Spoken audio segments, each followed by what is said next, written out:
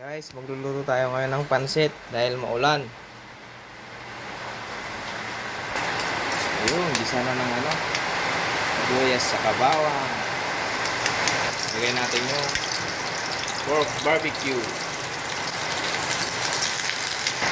Carrots. Lakas ng ulan.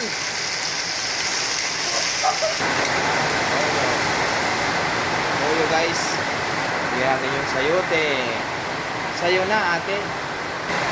Halo. Tubig. Paminta. Magic sarap. Guys, lagay na yung pansit. Bihon. Repolyo. Pansit ba to? Yan na guys, luto na po yung pansit barbecue natin. Kain na tayo guys.